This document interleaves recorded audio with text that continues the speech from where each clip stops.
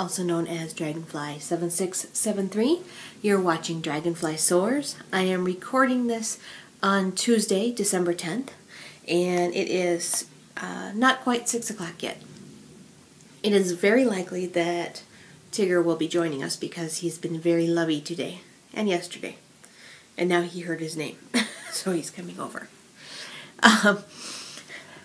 I didn't record on Monday because,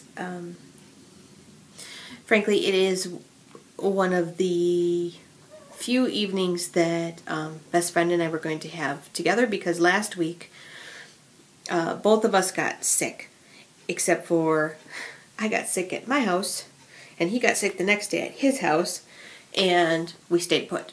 So even though we were both homesick, we were homesick separately. And then by the time we were feeling better, he had Aikido stuff Friday and Saturday. So he had said that he wasn't going to try and go to class on Monday, and I said, you know what, if that's the case, how about we go to a nice dinner and, you know, just have some time together instead of recording. So let's record on Tuesday. And we went to a Japanese restaurant that he's been to once, but I never have, and it was, we both got the teriyaki seafood plate, and it was yummy. I am not a big fan of scallops, but it had these teriyaki sesame crusted scallops, and they were, so good.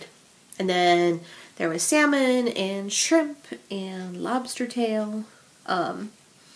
It was a very good choice for dinner. I mean, we both really enjoyed it. And then we did some minor shopping and errands that needed to get done. It just, things got backed up because of us both being sick. So, when I recorded last Monday, I was already getting sick, and there were a lot of pauses in the recording, and that was because I was actually stopping to blow my nose for the most part, because my nose all of a sudden was just running. And by the time I finished doing all the processing, I really didn't feel good. And later that evening, I was just like, okay, unless I feel good in the morning, I'm not going in. And the next morning, I was definitely not going into work. I called in. I had a meeting that I needed to attend. So I called into that, and then I logged off and went to bed. Wednesday and Thursday I felt better, but definitely not great, and so I worked from home rather than going into the office and spreading my germs. So on the plus side, I managed to get some productive stuff done while I was working from home, which was great, and I got to knit on this sock. So it's actually complete. This is the Queen Elizabeth sock pattern. It says Queen Elizabeth sock A, so I don't know if there's another one. But anyway, this pattern was designed by Jenna from Haya Haya, who I met while I was in China. And then the yarn is Ponky, who is another crafty girl. It's her strong sock base. So there's rib, and then there's kind of this wavy pattern. And then on the heel, there's what they call there's a royal cable, which is this cable right here. Now, it's supposed to be a royal cable on both sides and a different cable in the back, and I messed up. I didn't see that part of the directions. Somebody's helping. I didn't see that part of the directions. So I actually have 3 sets of the royal cable. So I go royal cable here, right down the back, and then another one here. This was supposed to be a diamond pattern. On the foot, it's the royal cable down on both sides, and then I did notice the diamond pattern instruction here, so you might be able to see it here. But I have pictures, and I have started the second one. I have started the ribbing. I'm not going to pull it out right now. Basically, I need, I'm about halfway done with the ribbing on the second sock. So, and assuming I get this done, which I should, the knit-alongs for the Hiya Hiya group, what they do is they actually have a bunch of knit-alongs going on at any given time for different patterns. And you agree at the beginning that you get the pattern in clues, and if you get all the you do clue 1, you post a picture and say, look, I finished clue 1 on my first sock, and then they'll mail you clue 2, and so on. This one had 4 clues.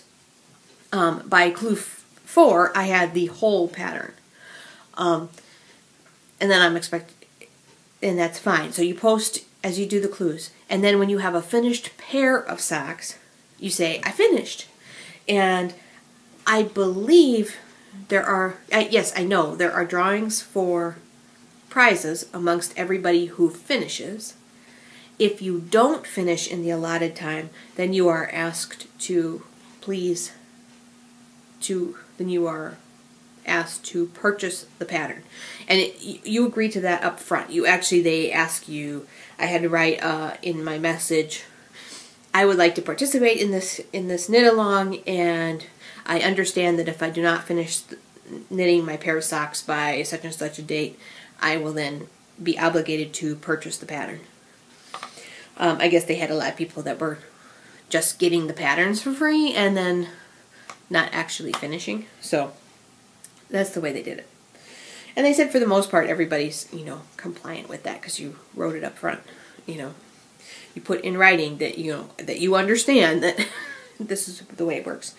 Anyway, I believe that I had in my head that the deadline for this was Christmas, but I don't think it is. I think it's actually December 31st.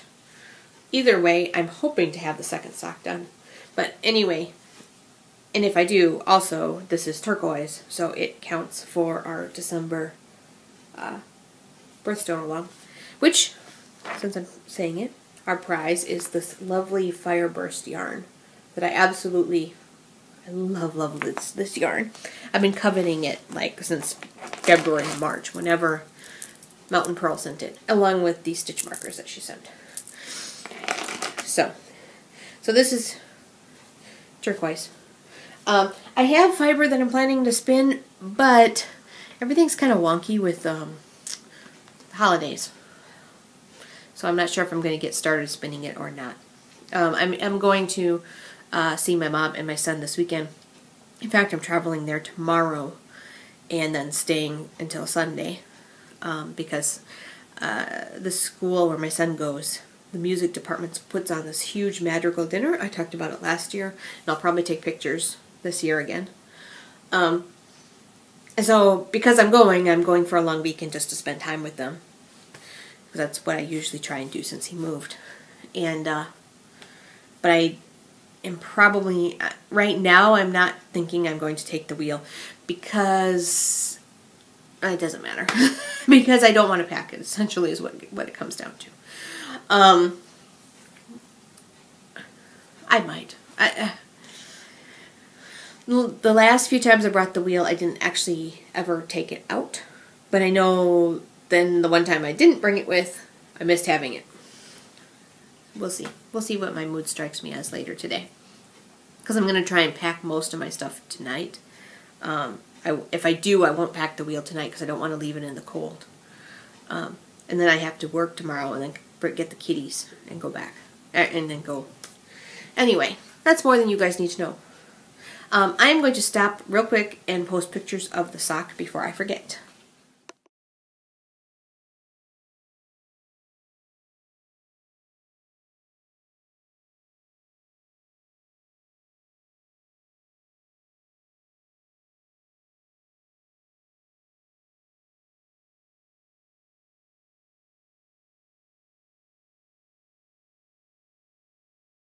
I did want to show you, this was the scarf I had been working on for November.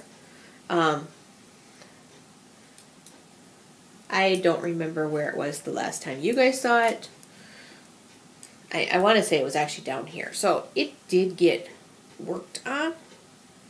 I even did like 2 rows this week. I'm not convinced that the ball is ever going to go down.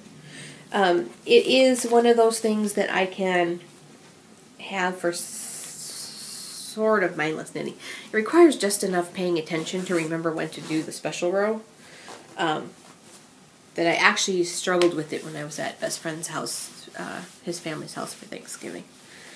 I don't know. But I have worked on it. Obviously, it's way too late for November.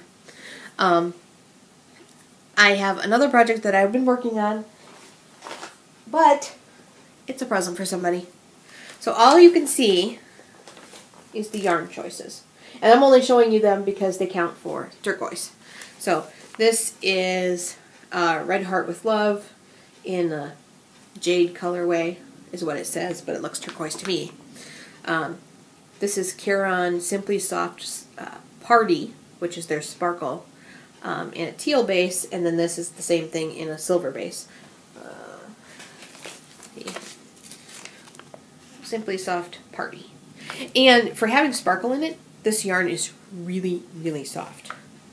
So, I believe I will be able to show you this next week. I'm not positive.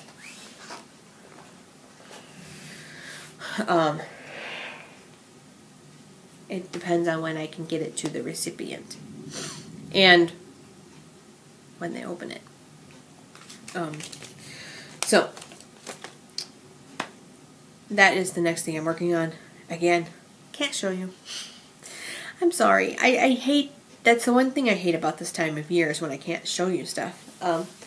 Although, like, I was able to show you best friend's hat. It just had to wait a little bit, and then it was his birthday, so that was okay. And then this, I think I'll be able to show you before Christmas. And then I actually only have a couple things that are truly Christmas related. So.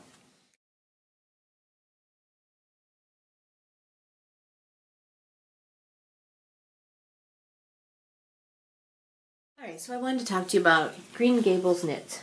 Now, I had shown you this before and told you that I had gotten it and that it's an autographed copy. I pre-ordered it, and I pre-ordered it from the Slate Falls Press. I actually pre-ordered it from the Etsy shop, which is linked in the show notes. And the author is Joanna Johnson, who also wrote Phoebe's Sweater, Freddie's Blanket, and Phoebe's Birthday. I don't know any of those books. I have heard of them, but I have not seen them myself. Now, when I got this book, as soon as the PDF was ready, they actually put the PDF copy in my Ravelry library. That was part of what came with the book, is you also got the PDF. So, which I think is really handy because then I can have the book, but I could also have the PDF if I want to be able to carry it with me. So, there is a sort of not grading system. There's a difficulty level in here that is marked by carats. So if you look here, there are 2 carats for this pattern. The carats range from 1 to 3. So 1 is the most simple and 3 is the most difficult. I don't think anything in here is super difficult. I think most knitters who have some knitting experience under their belt could knit everything in here. I'm not entirely sure I agree with all of the levels, but we can talk about that as we go. So the first item is Anne's Carpet Bag. Now, I love Anne of Green Gables. It's one of the few series that I've read almost entirely. I know I've read it all the way through a couple times, and I tend to read at least the books from when Anne comes to the island up through when she gets married to Gilbert. So, but the first item is Anne's Carpet Bag, and that's from the very beginning when she first moves to the island, and Matthew's going to help her with her bag, and she says, you know what, it's kind of a wonky bag, I'm going to carry it myself. And it actually has the quote in here from where she talks about her bag. Now the bag, let me get to the close-up. right there. It has a rectangle bottom, and then you have all the stitches and you knit round and round and round until you get up toward the handles, and then you actually split it and knit the top part flat on each side. The pattern itself looks like color work, but it's actually a series of slip stitches. Each row you're only using one yarn, so it's a mosaic stitch. It happens to be a 3-color mosaic stitch, which I've only ever done 2-color. And then you felt the bag when you're all done. I think it's a cute bag. I don't ever felt anything. For one thing, I have a washer that doesn't really work for felting. But I like the look of this bag, and I thought it fit with my idea of Anne's carpet bag. And it was a difficulty 2. Then we have Matthew's vest. Now and I love these pictures because they look like how I would kind of picture the people. So Matthew's vest is a simple vest with a cable down the front. Everything is worked in the round, and there are good pictures of close-ups. Like here, you can see what the bottom is supposed to look like, and you can see the shoulder seam and the details around the shoulder cap. And it has a schematic, which is good when you're dealing with sweaters. Now, Matthew's sweater is a 3, and I'm not really sure why it's a 3 unless it's because of the cable. And I don't really mind that, but there's another sweater in here that I would think is harder than Matthew's vest, and it's not a 3. So I'm not sure. The next item is Marilla's apron. And I love the detail. I love the picture that's close up so you can really see the detail. They have several pictures, including one of the back so that you can see how it's supposed to tie, or what the tie is supposed to look like once you knit it. And this one is, because it does have that kind of a lace feather pattern, it is written and charted. I do wish, I'm going to go back for just a second, I wish on the carpet bag that the mosaic pattern had been, sorry, Tiki's trying to attack my sock and knock things down. I wish on the mosaic bag that the mosaic pattern had been charted, and maybe because it's so simple they didn't, but it would help me visualize it better. But on the apron there's charts. The next item is Diana's hat. Diana is Anne's friend, and it's a slouchy beret. It's cute. It's a difficulty 1, which sounds about right. It's got a variety of pictures to go with it. And I have not knit out of this, but all of the instructions when I'm reading through them seem very clear. Rachel Lind, Mrs. Lind, this is her table runner.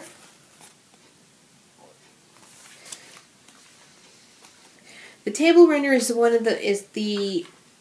really the only pattern that I could kind of take or leave. It doesn't do anything for me. But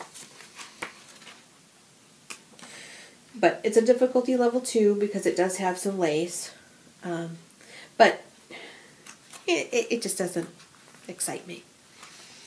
One thing I haven't really mentioned is, besides when you see each pattern has the quote, it also has a historic picture. So like this one is a group of children outside Cavendish Schoolhouse circa 1880s.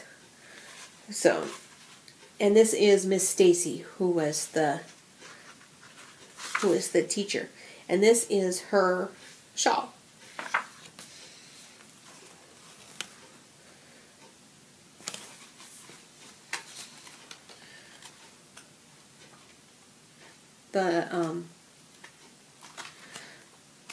And again, it has a chart and written instructions. I don't have much to say about the shawl, I'm sorry. There's Anne's sweater. Now this is a 2-carat, whereas Matthew's vest was a 3-carat. I think it's because Matthew's vest had the cables, but I would consider the sweater more complex, but that's okay. The cardigan is done from top down. It's seamless, and you can, and it has pockets, so that one doesn't show real well, but there are other pictures that show the detail of the shawl collar, detail of the pocket, even across the back here. So there are a lot of close-up pictures of everything. So I really do like that. And again, because it's being a sweater, there is a schematic. So, and it goes up to bust measurement of 54 inches. Now this cardigan does not have any buttons. It's just an open cardigan.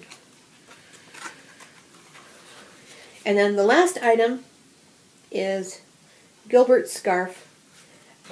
It's a herringbone stitch. I believe it is reversible. It appears to be, unless they just happen to style it that way, but and it's got a close-up. Probably not the most difficult pattern, because I think at that point it's just a stitch pattern and you continue on until you run out of yarn or you get bored to death.